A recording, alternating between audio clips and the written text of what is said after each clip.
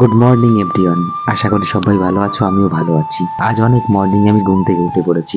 দাদা আমাকে বললো একটু সিন্দ্রানী বাজারে যাব, তাই তো আমি আর লেট না করে আমিও রেডি হয়ে আমিও বেরিয়ে পড়লাম। আজকে সকালের আবহাওয়াটা একদম খুব সুন্দর ছিল, তাই তো আর লেট না করে চলো তাহলে বেরোনো যাক সিন্দ্রানীর উদ্দেশ্যে। আর আমিও দাদা দুজনে মিলে বেরিয়ে পড়লাম সিন্দ্রানী বাজারে। আমরা সিন্দ্রানী বাজারে চলে এলাম, আর তারপর আমরা বাজার কি করতে এসেছি তোমরা ভিডিওটা দেখতে থাকো, তাহলেই বুঝতে পারবে। চলো তাহলে লেট না করে আমরা বাজারের মধ্যে ঢুকে পড়ি।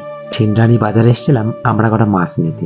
সকাল সকাল বাজার করা, যদিও আমি আমার লাইফে কোনোদিন আমি সকাল সকাল বাজারে আসি না। সামনে দাদা চলে গেছে আর আমি পেছনে দাদার পেছনে পেছনে হাঁটছি। আর দেখো এই সিন্দ্রানী মার্কেটে মাছ সবজি এক জায়গায় পাওয়া যায়। আর তোমরা যারা আমার ভিডিওটা দেখছো তারা একদিন চলে এসো এইখান থেকে মাছ নিতে। আমি একটু ঘুরে ঘুরে মাছ দেখে নিলাম, যদিও আমার মাছের প্রতি অত ইন্টারেস্ট নেই, কিন্তু আমার দেখতে খুবই ভালো লাগে। আর এইখান থেকে দাদা কটা মাছ নিল, আর এইখান থেকে নেওয়ার পর আরো সামনের দোকানে যাওয়ার পরে আরো কটা মাছ নিল। আর আমি এখানে দাঁড়িয়ে দাঁড়িয়ে দেখছিলাম কি কি মাছ আছে এখানে। আর তোমাদের তো আগেও বলেছি আমার মাছ দেখতে সত্যি প্রচন্ড ভালো লাগে।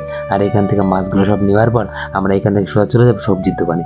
যদিও সবজি কিছু নেওয়ার ছিল না, শুধু কটা আলু নিয়ে, আর আলুটা নিয়ে আমি আর দাদা সোজা চলে যাব বাড়ির দিকে। সকাল সকাল বাজার করা একটা আলাদাই একটা অনুভূতি। সত্যি কথা বলতে কি, আমি কোনোদিন সকালবেলা এখনো বাজার করতে আসিনি।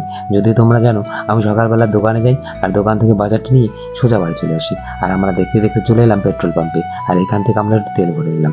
আর তেল ভরার পরেই আমরা আবার বেরিয়ে পড়লাম বাড়ির উদ্দেশ্যে। আর আমরা বাড়ি যেতে যেতে তার খেজুরের রসের গন্ধ বেরোচ্ছিল, তাই তো আমরা লেট না করে সোজা চলে আসলাম সেই বাড়িতে, একদম রাস্তার সাইডে।